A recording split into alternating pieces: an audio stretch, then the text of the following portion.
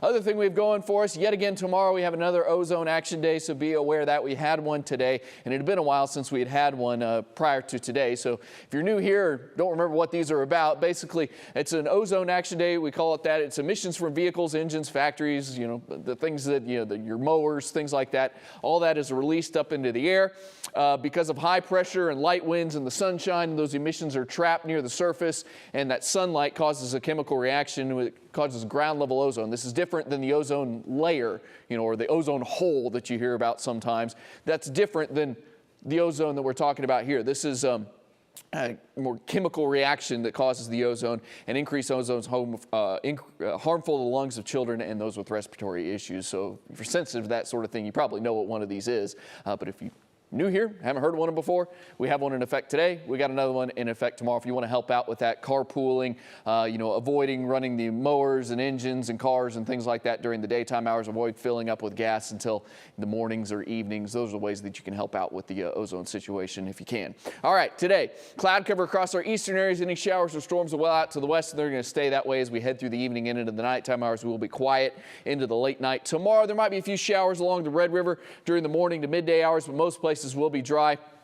Maybe a couple thunderstorms try and sneak into western areas tomorrow evening and into tomorrow night, but most of North Texas stays dry as we head through your Thursday. Your better chances for showers and storms are during the day on Friday. There might even be a few showers or storms around first thing on Friday, especially across northern areas, but then we'll be waiting on this front to move in and some storms to blow up along that front Friday afternoon and then into the evening hours. Now, the rain that's around, if there's a rain around Friday morning, that could push an outflow boundary into North Texas. It could kind of serve as the front itself instead of the actual front.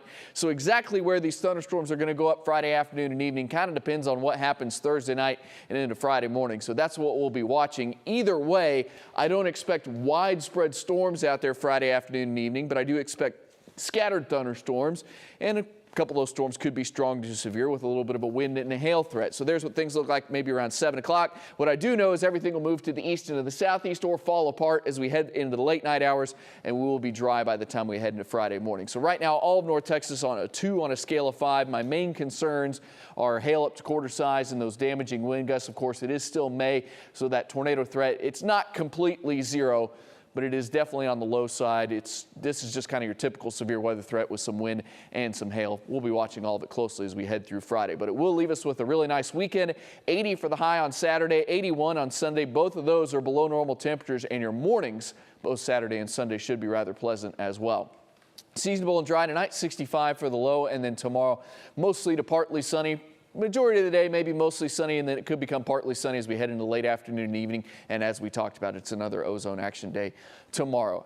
Dry weekend in store for you, and then next week temperatures slowly warm up. That's what I was talking about. Temperatures don't get too crazy or out of control. Warmest day right now is Friday with a high of 90, and that's only 5 degrees above normal for this time of the year. As we head through late May and head closer to June here, of course, our temperatures warm up. That's how the weather works, and that's how the climate here in North Texas works. As we get closer to summer, or average high temperature keeps on climbing, and into next week it's kind of a slow warm up, but I don't have any huge spikes in those temps, even though your rain chances stay kind of on the low side. And that's why we savor days like this and this weekend and this weekend too. Absolutely.